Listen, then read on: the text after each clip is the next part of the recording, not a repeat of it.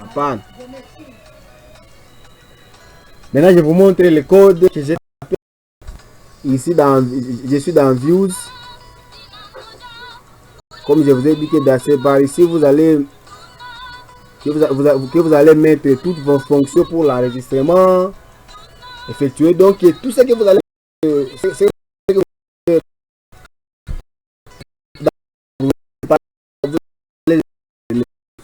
dans la fonction.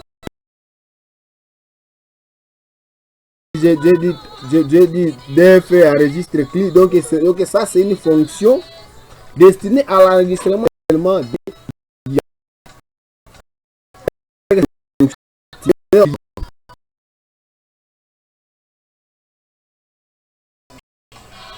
J'ai importé, j'ai dit from modèle, le modèle que j'ai importé au niveau de ma création, de la création de mes bases de données, au niveau de la création de mes tables dans ma base de données. J'avais importé le modèle DB. Et ce modèle ici, je vais aussi de l'importer ici dans Views pour que Views puisse comprendre ce que je suis en train de faire. Donc, si vous n'importez pas donc vos différentes tables dans Views, donc si vous essayez d'enregistrer, ça ne peut pas enregistrer. Pourquoi? Ça ne retrouve pas la table à laquelle tu veux enregistrer. Ça ne retrouve pas les informations d'où tu veux faire tes différentes modifications, tes différentes mises à jour à la base de données. C'est par ici, j'ai déclaré, j'ai dit comme j'ai dit CDC est égal à tes clients. Donc en premier, j'ai d'abord affecté la table client dans cette variable qui est CDC. Maintenant, comme j'ai déjà affecté dans CDC la table client, donc là c'est cette variable là qui va seulement contenir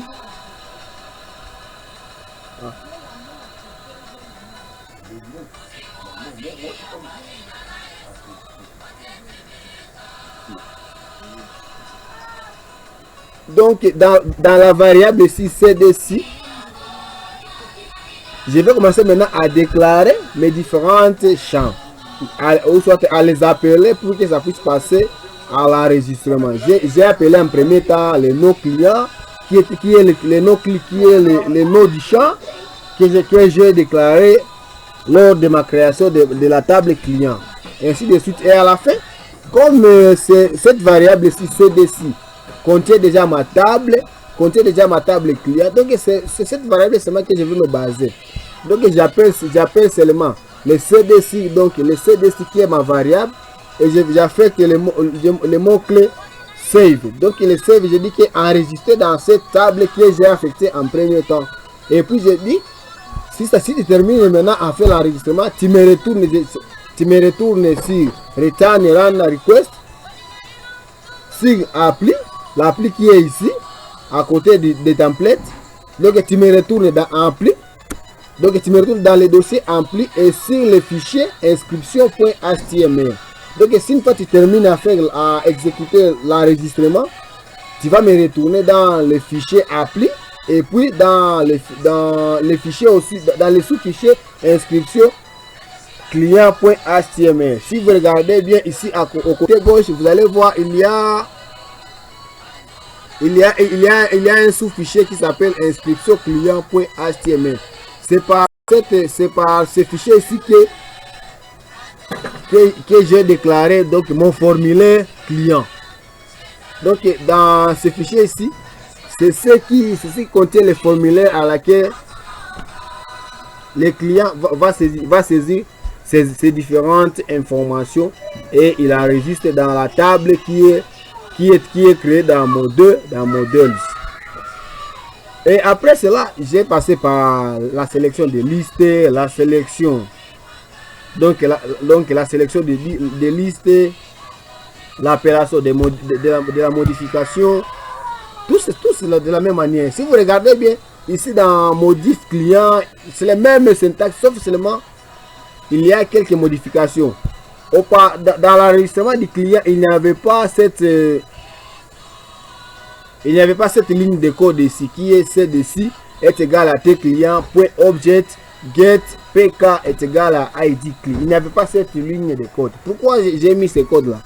J'ai dit que comme c'est la modification, et la modification s'effectue à partir d'une clé primaire déjà enregistrée. C'est pourquoi j'ai dit CDC client, donc récupère d'abord l'ID du client à laquelle je vais sélectionner. Si une fois tu récupères ça, maintenant là tu vas passer maintenant donc à la modification des informations que tu veux modifier au client la clé tu as sélectionné. Et puis j'ai dit save parce que c'est un enregistrement aussi. La modification c'est un sauvegarde aussi des informations. Et tu vas retourner vers application Home. C'est ce que vous allez voir dans la vidéo que je vous explique maintenant comment le système fonctionne. Ce que vous allez voir, si vous allez cliquer sur le bouton modifier, vous allez retourner automatiquement sur la page d'accueil qui est la page Home. C'est la page d'accueil là, c'est au menu qui est qu'on écrit page d'accueil, mais ici c'est Home que j'ai déclaré comme accueil. Et ainsi de suite, j'ai passé par en création de différentes aussi fonctions, ainsi de suite. Et une fois, donc à chaque fois que je crée ma fonction, il me faut aussi que je crée aussi un lien propre à cette fonction.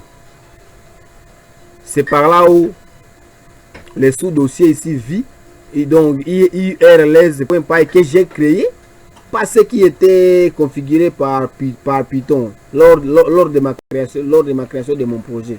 Pas ça. Dans mon IRS que moi j'ai créé, si vous regardez bien la vidéo précédente, là vous trouverez que j'ai créé aussi un autre dossier qui s'appelle urls.py.